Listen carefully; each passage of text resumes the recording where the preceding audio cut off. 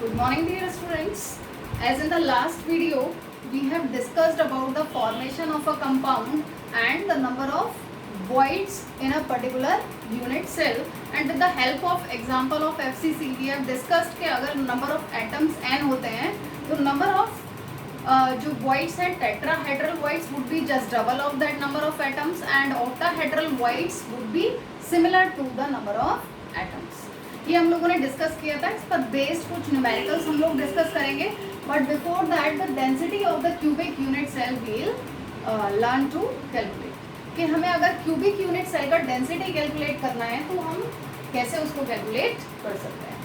What we know well that density, जिसको D से फिर या फिर रो से हम रिप्रेजेंट कर सकते हैं, is equal to the mass upon volume. Mass upon volume ये हम बहुत अच्छे से पढ़ते आ रहे हैं बचपन से. सो अगर मुझे क्यूबिक यूनिट सेल की डेंसिटी कैलकुलेट करनी है तो मुझे मास भी किसका चाहिए होगा? Mass of unit cell. isn't it? Mass of unit cell upon volume of unit cell. ठीक है ना. अब नाउ व्हाट वी नो, हम लोगों ने डेराइव भी किया था एज लेंथ और रेडियस के बीच में रिलेशनशिप. तो एज लेंथ हमने वहां पर क्या सपोज करके चले थे? Edge length is equal to a, और क्यूब के केस में जो हमारी लेंथ, ब्रेथ और जो हमारी हाइट होती है वो तीनों इक्वल होती हैं, सेम होती हैं, तो ए ही होगी. यानी वॉल्यूम हमारा क्या हो जाएगा? That would be equal to a cube. ठीक है, तो ये वैल्यू तो हो गई हमारी a cube. What about mass of unit cell? मैं मास ऑफ यूनिट सेल कैसे कैलकुलेट कर सकती हूँ? यूनिट सेल का मास कैलकुलेट करने के लिए मेरे पास क्या इंफॉर्मेशन है? आई एम जस्ट हैविंग जो मेरा कंस्टिट्यूएंट पार्टिकल है उसका या तो एटॉमिक मास या फिर मोलर मास मेरे पास है. ठीक है. So if I am to calculate the mass of unit cell, unit cell का मास कैलकुलेट करने के लिए मेरे पास मुझे क्या क्या चाहिए? Mass of unit cell would be equal to number of effective atoms, जिसको हम किससे रिप्रेजेंट करते हैं? Z से. ठीक है. Number of effective atom means जैसे कि हम लोगों ने पढ़ा है FCC की केस में नंबर ऑफ इफेक्टिव एटम्स कितने होते हैं? 4 होते हैं. In the similar manner BCC के केस में नंबर ऑफ इफेक्टिव एटम्स 2 होते हैं. If we are talking about हमारा सिंपल क्यूबिक यूनिट सेल तो उस केस में हमारे नंबर ऑफ इफेक्टिव एटम्स कितने होते हैं? We are having 1 effective atom. So we must be knowing number of effective atoms. वो हमें पता चल जाएगा कि हमारी जो हमारी यूनिट सेल है वो कौन से टाइप की है, क्वेश्चन में दे रखा होगा.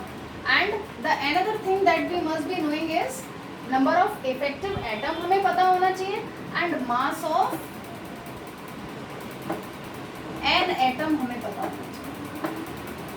जो भी हमारा कंस्टिट्यूएंट पार्टिकल है उसका मास हमें पता होना चाहिए.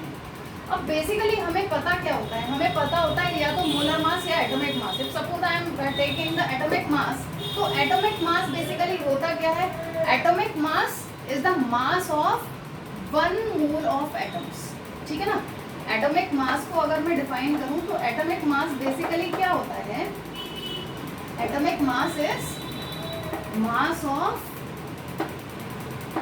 1 मोल ऑफ एटम. ठीक है.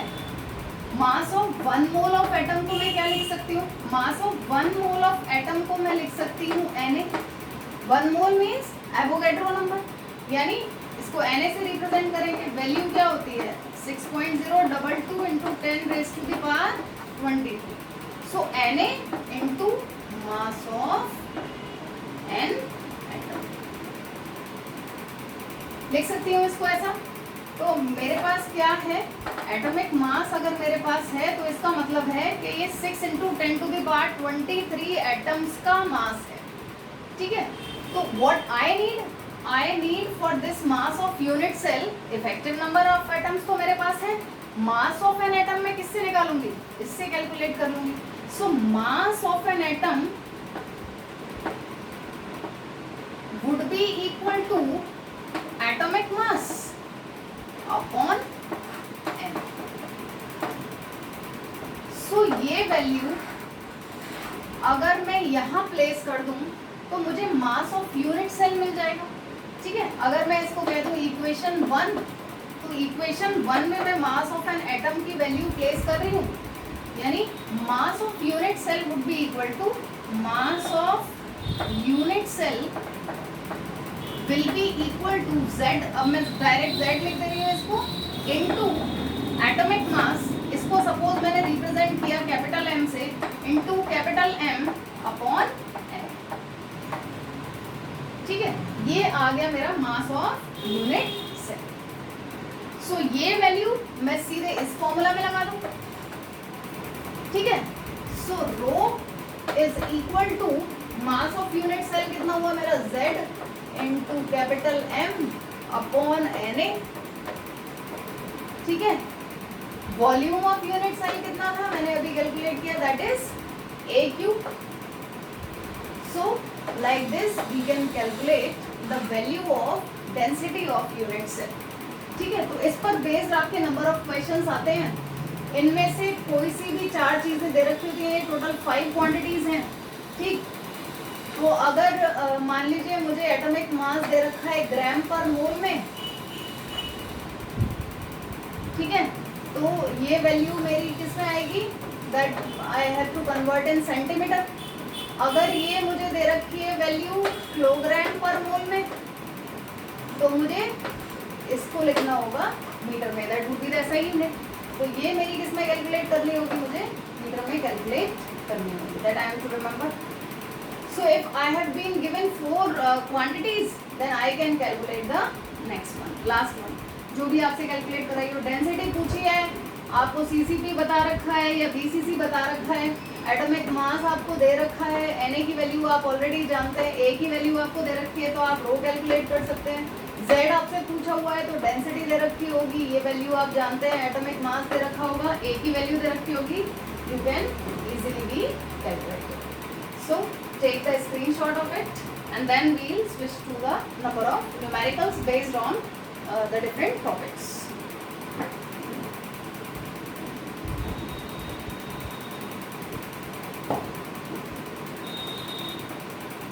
So ये फॉर्मूला यहाँ लिखा रहने देते हैं, ये समझ में आ ही गया होगा आपको कि कैसे हम डेंसिटी किस बेसिस पर कैलकुलेट कर रहे हैं। फॉर्मूला आपको याद रख लेना है और अकॉर्डिंगली नंबर ऑफ न्यूमेरिकल्स को सॉल्व करना है। So I am just telling you to put values, you have to find out the answers. ठीक है, questions I have taken from NCERT वाले questions ही कर रहे हैं। Your question number 1, that is an element with molar mass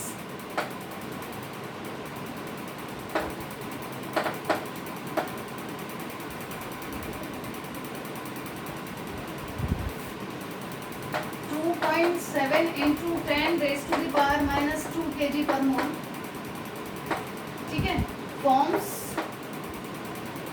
a cubic unit cell, cubic unit cell। they didn't tell you कि कौन सी cubic unit cell है, ठीक है, with length 405 picometre. ठीक है, आपको दे रखी है that is 405 picometre. If it's density, if density का वैल्यू गिवन है आपको 2.7 into 10 raise to the power 3 kg per metre cube, then what you have to tell the nature of cubic unit cell. ठीक है, that is cubic, यहाँ पर लिख लें cubic unit cell. You have to tell the nature of the cubic unit cell, यानी आपको ये बताना है कि ये क्यूबिक यूनिट सेल BCC है, FCCC है या फिर सिंपल क्यूबिक यूनिट सेल है। ठीक है, so how can we calculate, हमें पहले क्या मेंशन करना होता है कि हमें इन्फॉर्मेशन क्या क्या गिवन है।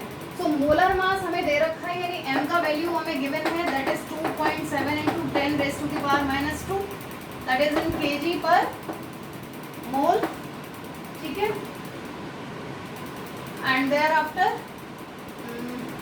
I have been given this value as with length 405 picometre. ठीक है, यानी A का वैल्यू दे रखा है आपको, A का वैल्यू दे रखा है 405 पिकोमीटर। ठीक है, अब मैंने कहा ये केजी में है तो आपको इसको मीटर में कन्वर्ट करना होगा, तो 405 into 10 raise to the power minus 12 metre में कन्वर्ट हो जाएगी ये वैल्यू ना। एंड देयर आफ्टर रो का वैल्यू आपको गिवन है 2.7 into 10 to the power 3 kg per metre cube. ये भी मीटर में है तो आपको इसको मीटर में कन्वर्ट करना ही पड़ेगा। अब आपको nature of cubic unit cell बताना है। Nature of cubic unit cell कैसे बता पाएंगे? अगर आपको इफेक्टिव नंबर ऑफ एटम्स पता चल जाए तो आप ये बता सकते हैं कि नेचर कैसा होगा। सही है, तो फॉर्मूला मेरे पास वो है rho is equal to Z into M upon N into a cube. What I am to find out? I am to find out Z. तो जेड को कैलकुलेट करने के लिए मुझे क्या करना होगा? That I am to multiply it with it, यानी rho into N A into a cube upon M. ठीक है, so I am to put the values and find out the answer. So rho की value हमें यहाँ पर given है, that is 2.7 into 10 to the power 3। N A का value हम जानते हैं 6.022 10 रेज टू द पावर 23। ठीक है, in the similar manner we know the value of a cube also. A का वैल्यू हमें गिवन है, ए क्यूब भी निकाल लेंगे। 405 into 10 raise to the power minus 12 का whole cube upon atomic mass भी हमें गिवन है, that is 2.7 into 10 to the power minus. So by calculating it we can find out the value of z। ठीक है, तो यहाँ हमारे पास जो z का वैल्यू आ रहा है दैट इज अराउंड 4, और अगर ये 4 आ रहा है तो हमारी क्यूबिक यूनिट सेल हमें बतानी है ना, nature of the cubic unit cell, तो दैट FCC, या फिर हम इसको क्या कह सकते हैं, CC। So like this very simple questions are there based on it जो आपको करने हैं। So take the screenshot of it. और नेक्स्ट क्वेश्चन हम लोग ले रहे हैं।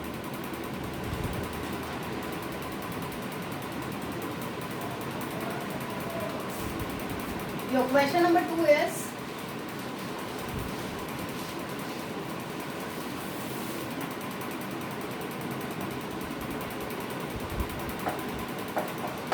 X-ray diffraction. X-ray diffraction studies show that copper crystallizes in an FCC unit cell. In the case you have been given the FCC unit cell, ठीक है, यानी Z की वैल्यू आपको 4 पहले से ही पता है, with cell edge दे रखा है आपको 3.608 into 10 raised to the power 8 centimeter in a separate experiment.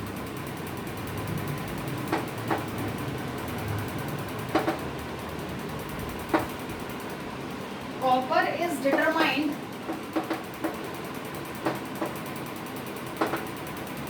to have density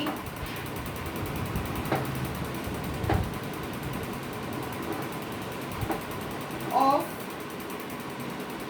8.92 gram per centimeter cube. You are to calculate atomic mass. ठीक है, you are to calculate the atomic mass.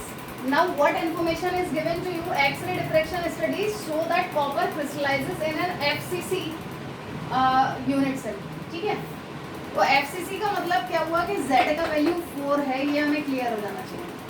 ठीक है, FCC का मतलब face centred cubic unit cell, जहाँ पर 8 corners होते हैं जिनका कंट्रीब्यूशन 1 एटम की तरह होता है, 6 फेसेस पर होते हैं जिनका कंट्रीब्यूशन 3 एटम्स की तरह। तो total number of effective atoms are 4 in the case. ठीक है, विथ सेल एज, यानी A का वैल्यू गिवन है आपको एज 3.608 इंटू 10 raise to the power 8 centimetre. ठीक है, now in a separate experiment copper is determined to have the density. Density हमने जब कैलकुलेट की है उसकी, तो वो आ रही है 8.92 gram per centimetre cube. You are to calculate the atomic mass of copper. ठीक है, यानी M की वैल्यू आपको फाइंड आउट करनी है। सो सिंपल, m की वैल्यू फाइंड आउट करनी है तो m would be according to the numerical rho into na into a cube upon z। ठीक है, यानी ये सारी वैल्यूज गिवन है आपको। 8.92 है ये, na का वैल्यू आप पुट करेंगे इनटू a का वैल्यू आपको गिवन है। ठीक है, यूनिट हमें यहाँ चेंज करने की जरूरत ही नहीं है क्योंकि यूनिट सब सिमिलर दे रखी हैं। होल क्यूब अपॉन z का वैल्यू क्या है 4। So you can calculate the atomic मास, और जो हमारा आंसर यहाँ पर कैलकुलेट करने के बाद आएगा that would B 63.1 gram per around the atomic mass of the atom. So like this you are to do other numericals in NCERT. ये दो मैंने आपको यहाँ सॉल्व कराए हैं, आपको इसी तरीके के नंबर ऑफ न्यूमेरिकल्स सॉल्व करने हैं, सेम टाइप के एनसीईआरटी के सारे क्वेश्चंस। ठीक है, now take another kind of numerical. First you take the screenshot of it.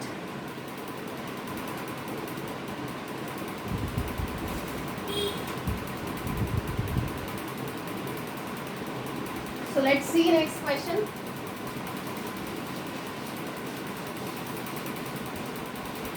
हम लोगों ने नंबर ऑफ वॉइड्स और नंबर ऑफ इफेक्टिव एटम्स पर भी क्वेश्चन नहीं देखे हैं, so we will see that also. A compound formed by two elements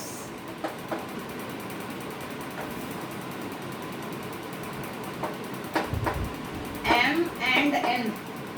ठीक है, the element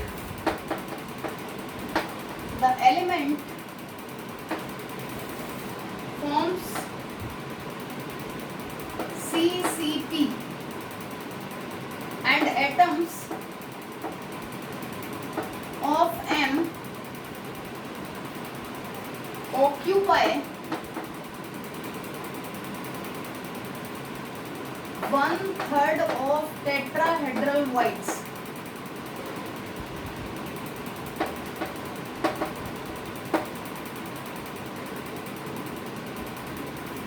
Now you are to tell the formula of the compound. What you are to tell?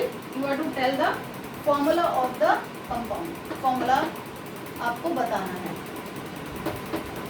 देखिए, what information is given to us? A compound formed by two elements m and n। ठीक है, m और n से बना हुआ है हमारा compound. The element forms CCP। ठीक है, एलिमेंट क्या बना रहा है? CCP type of unit cell बना रहा है। पैकिंग हमारी कैसी है? क्यूबिक क्लोज पैकिंग है। ठीक है, the atoms of M occupy 1/3 of the tetrahedral void। ठीक है, now you are to tell the formula. So इन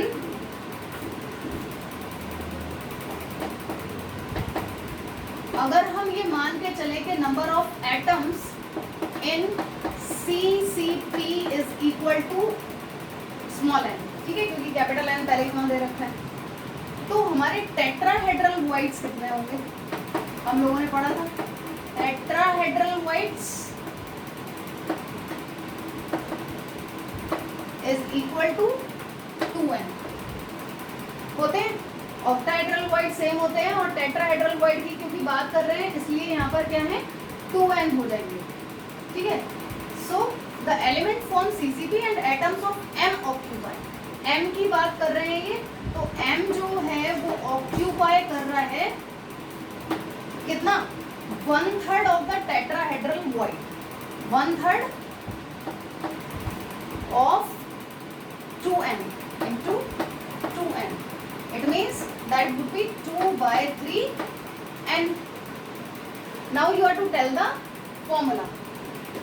यानी अब अगर मुझे फॉर्मूला बताना है तो number of atom in CCP I said n, tetrahedral void हो गए मेरे 2n, m का ये पोर्शन ऑक्यूपाई है, तो अब अगर मुझे n का फॉर्मूला लिखना है तो that would be the ratio of m and n। m कितना है? 2/3n and that is what? n। So it means it must be 2:1। 3 and the formula would be M2 and 3. So like this you are to solve the number of questions if it is being given on the basis of tetrahedral या octahedral voids. Now let's see the next example. You first take the screenshot. ठीक है, यहाँ पे एक चीज और लिख लीजिए, number of atom in n of n in cc के लिए तो ज्यादा क्लियर होगा। n में क्योंकि उसके 1/3 बताए हुए हैं, तो n में अगर n है then tetrahedral void would be 2n. So like this you can do. Now let's see the next question. एक और क्वेश्चन करेंगे on the basis of number of effective atoms. तो इस तरीके के और नंबर ऑफ क्वेश्चंस आप सॉल्व कीजिएगा। If you would be facing any kind of problem आप पूछ सकते हैं, ठीक है। Right, a cubic solid is made of 2 elements, 2 elements A and B. Okay, atoms of B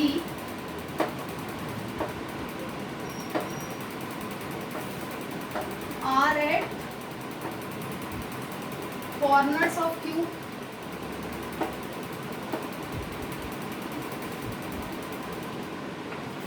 and A at body center.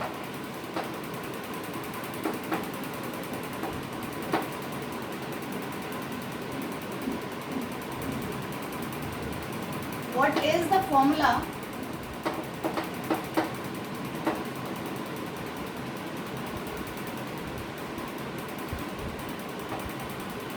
of A and B? ठीक है, आपसे पूछा फॉर्मूला क्या होगा A और B का। So a cubic solid is made up of 2 elements A and B. Atoms of B are at corners. ठीक है, क्यूबिक यूनिट सेल की बात हो रही है, ठीक है, और B के एटम्स कहाँ हैं? कॉर्नर पर। So how many corners are there in the cubic unit cell? तो नंबर ऑफ कॉर्नर्स कितने होते हैं in cubic unit cell is equal to 8 and contribution of each corner atom कितना होता है? 1/8, ठीक है। It means 1/8 into 8 is equal to 1 effective number of atom and A is at the body center. तो body center पर number of atom at body center कितना होगा? 1 atom, ठीक है। सो आपसे क्या पूछा? फॉर्मूला पूछा है A और B का, दोनों का रेशियो क्या आ रहा है? A ratio B is equal to 1:1. It means the formula would be AB.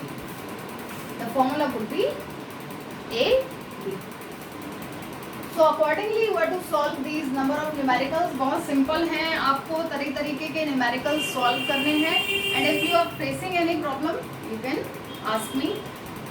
ये 2-4 क्वेश्चंस मैंने आपको कराए हैं, ठीक है। अगर आप प्रॉब्लम फेस करेंगे तो आप पर्टिकुलरली पूछेंगे and afterward also I will tell you 1 or 2 numericals. मैं लास्ट में आपको करा दूंगी कुछ numericals and further we will discuss later on. Till the time you prepare all these things. सारे लोग लैब मैनुअल्स परचेज कर लीजिए क्लास के लिए, ठीक है। आपके जनवरी में प्रैक्टिकल एग्जामिनेशंस हैं, तो उससे पहले आपको लैब मैनुअल प्रिपेयर करना है। अपने नोट्स प्रिपेयर करके टाइम टू टाइम जब भी मैं आपसे सेंड करने के लिए कहती हूँ तब आप सेंड कीजिए। Now be sincere to your studies. आपके बोर्ड एग्ज़ाम में ज़्यादा टाइम नहीं है, वी नीड रिवीजन ऑल्सो, ठीक है। तो जल्दी से आप इसको ख़त्म करेंगे तभी हम रिवीजन कर पाएंगे and number of question solve करेंगे। Thank you.